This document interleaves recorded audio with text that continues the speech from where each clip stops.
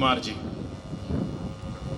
बजरीगंज में Mirganj high school के school managing committee के आदरणीय सदस्य श्री अमित कुमार जी, आदरणीय दीपक जी एवं उपस्थित हमारे मुख्य अतिथि, हमारे छात्रों के माता पिता एवं आदरणीय अभिभावकगण, हमारी प्राचार्या महोदया, शांति निकेतन के सभी शाखाओं के हमारे शिक्षक शिक्षकेतर कर्मचारीगण एवं सारे समस्त टीम, सभी लोगों को मैं गणतंत्र दिवस के अवसर पर ढेर सारी शुभकामना देता हूं। साथ साथ आज का दिन कुछ खास इसलिए है कि आज गणतंत्र दिवस एवं शैक्षणिक जिस हम लोग प्रांगण में उपस्थित हैं, तो शिक्षा और विद्या के अधिष्ठात्री माँ शारदे का भी आज बसंत पंचमी के अवसर पर सरस्वती पूजा का दिवस है। तो दोनों कार्यक्रम साथ साथ चल रहा है। जैसा कि हम और हमारे सारे लोग जानते हैं कि यह गणतंत्र दिवस हमारे देश की आज़ादी मिलने के 2 वर्ष 11 महीना 18 दिन बाद हम लोगों को यह मिला। कितनी यातनाओं, कितनी कुर्बानियां हमारे पूर्वजों ने, हमारे स्वतंत्रता सेनानियों ने हम लोगों को आज़ाद देश में सांस ले सके, इसके लिए उन्होंने दिया, तब जाकर यह दिन देखने को मिला। उसके बाद जो सपनों और जिस सोच के आधार पे उन्होंने आज़ादी की लड़ाई लड़ी थी कि आखिर हम लोग भारत को आज़ाद कराएंगे, तो आज़ाद कराने के बाद भारत को क्या क्या किस रूप में देखना चाहते हैं, उसी क्रम के लिए उस संविधान बनाया गया। संविधान में उन सारे लोगों को रखा गया जो अपने अपने क्षेत्र के उस समय के विशेषज्ञ थे, विद्वान थे, ज्ञानी थे, अपनी अपनी राय रखेंगे। उसके लिए संविधान सभा का गठन किया गया, जिसमें बहुत सारे सदस्य ने मिल के इस संविधान का निर्माण किया। इसमें प्रमुख रूप से हमारे बाबा साहब डॉक्टर भीमराव अंबेडकर की भूमिका रही। डॉक्टर राजेंद्र प्रसाद जी भी थे, डॉक्टर राव साहब भी थे। उसमें 15 महिलाएं हमारी जो थी उन लोग सदस्य में भी थे। बहुत लोगों का टीम था, टीम बन के संविधान का निर्माण हुआ। संविधान बनाने वक्त यह ध्यान रखा गया था कि हमारा देश, हमारे देश के लोग को जरूरत किस चीज की है और कैसे रहेंगे। जैसे हर धर्मों का एक ग्रंथ होता है और वह धर्म का डायरेक्शन उसी ग्रंथ के माध्यम से मिलता है, चाहे वो जिस धर्म के हो, और अपने आप को सर्वोपरि जो धर्म के लोग होते हैं उस ग्रंथ को मानते हैं। वैसे ही जो देश के रहने वाले, जो राष्ट्र के रहने वाले लोग हैं, उनके लिए एक ही ग्रंथ है, वह है भारत का संविधान। हम लोगों का एक ही ग्रंथ है, उसके अनुसार से पूरे भारतीयों को, हिंदुस्तानियों को चलना होगा। जैसा कि जानते हैं कि भारत विश्व का सबसे बड़ा लोकतांत्रिक देश है, तो हमारा संविधान भी सबसे बड़ा संविधान बना, और इस संविधान बनाने में इन सारी चीजों का ध्यान रखा गया कि हम कैसे यहां रहेंगे।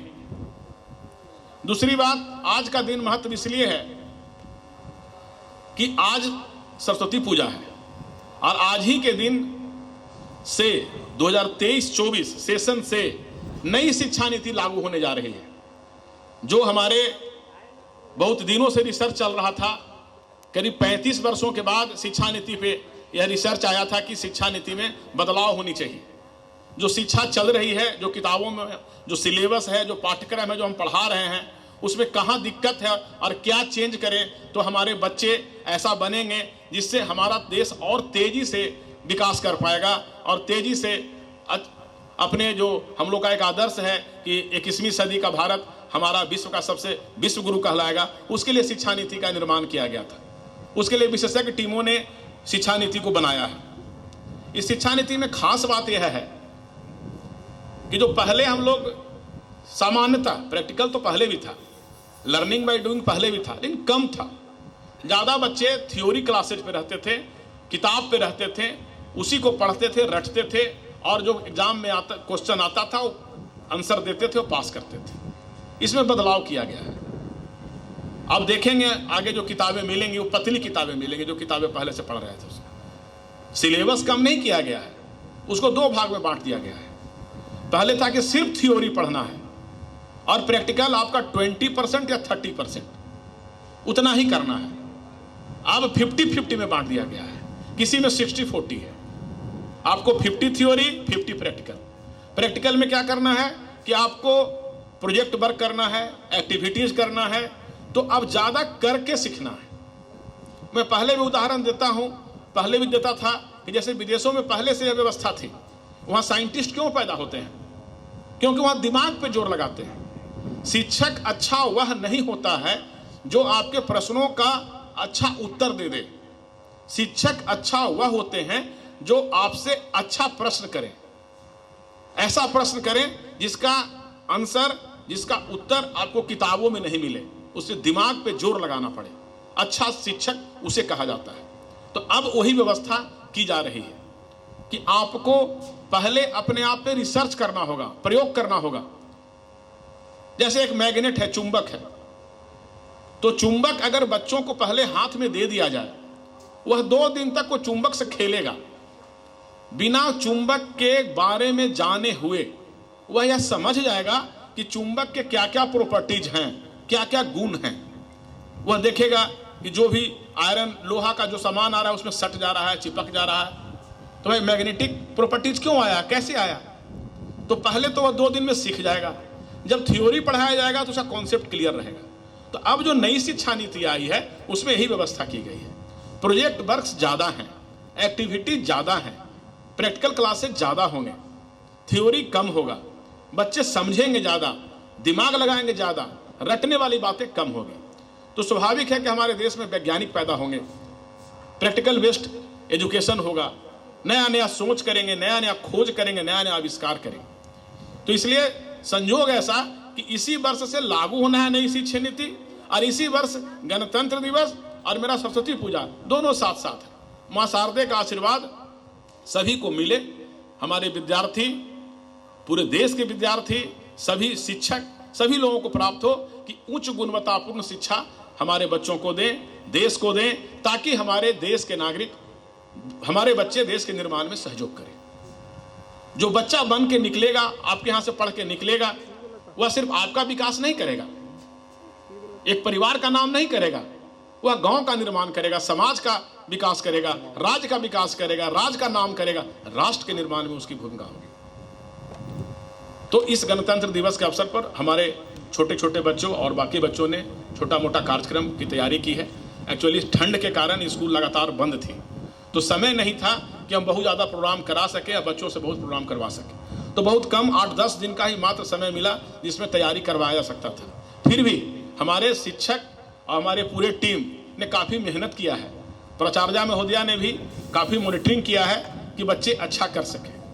अभी गया का कार्यक्रम था, वहाँ से हम लोग यहाँ आए हैं, बहुत उत्कृष्ट कार्यक्रम बच्चों ने वहाँ पे किया है, बहुत अच्छा किया है कम समय में। तो यहाँ भी बच्चों ने कम समय में अच्छा कार्यक्रम तैयारी की है। हम आपसे आग्रह करेंगे, और यह कार्यक्रम की तैयारी सिर्फ हमारे टीचर और प्रिंसिपल मैम के मेहनत से नहीं हुआ है, बल्कि अभिभावक आप लोगों के सपोर्ट से हुआ है। आप लोगों ने कोऑपरेट किया, आप लोगों ने सहयोग किया, तब जाके यह कार्यक्रम हो पाया है। इसलिए हम आप लोगों को भी दिल से आभार देते हैं कि स्कूल को सहयोग करते हैं, कोऑपरेट करते हैं। आप लोग सहयोग करते हैं तो हम लोग का मनोबल बढ़ता है। हम चाहेंगे कि ऐसा सहयोग करते रहें, कि हम और अच्छा करने का प्रयास करते रहें। और प्रतिदिन अभी इस बार हम लोग जो स्कूल में लगाने जा रहे हैं, तो जो बुक्स है उसका डिजिटल कंटेंट्स आता है। आप सिर्फ बच्चा किताब नहीं पढ़ेगा, किताब का वीडियो पहले स्कूल में दिखाया जाएगा। हर एक क्लासरूम में एलईडी टीवी लगाई जा रही है, सभी ब्रांचेज में, रोना में भी, बाहर में भी। बच्चों के पहले वीडियो दिखाया जाएगा, कल क्या पढ़ाना है। कल अगर उनको एसएसटी पढ़ाना है, एसएसटी का सब्जेक्ट, उनको हिस्ट्री का लाल किला और ताजमहल पढ़ना है, तो उसका हिस्ट्री वीडियो के माध्यम से, सिनेमा के माध्यम से क्लास में पहले दिखा दिया जाएगा, ताकि बच्चे पहले ही समझ जाएंगे, तब थ्योरी पढ़ाई जाएगी। तो हम लोग नया नया कॉन्सेप्ट डेली लाने का प्रयास करते हैं। कोरोना में 2 साल काफ़ी परेशान रहा, तो 2 साल बहुत गतिविधियां ऑनलाइन के माध्यम से नहीं हो पाया जो हम लोग करना चाहते थे। अब समय मिला है, हम लोग उसको करने जा रहे हैं धीरे धीरे करके। तो नई शिक्षा नीति, नया सोच, हम लोग भी नए तरह से उसमें नई ऊर्जा के साथ आना चाह रहे हैं कि अच्छे तरीके से इस विद्यालय को सींचें, बच्चों को सींचें, ताकि उनका भविष्य का निर्माण हो, हमारा देश का निर्माण हो। तो कार्यक्रम का आनंद लें और बच्चों का मनोबल बढ़ाएं। फिर से आप लोगों को गणतंत्र दिवस की ढेर सारी शुभकामना एवं सरस्वती पूजा की भी ढेर सारी शुभकामना। जय Hind. Thank you so much, sir, for sharing your precious thought to the audience.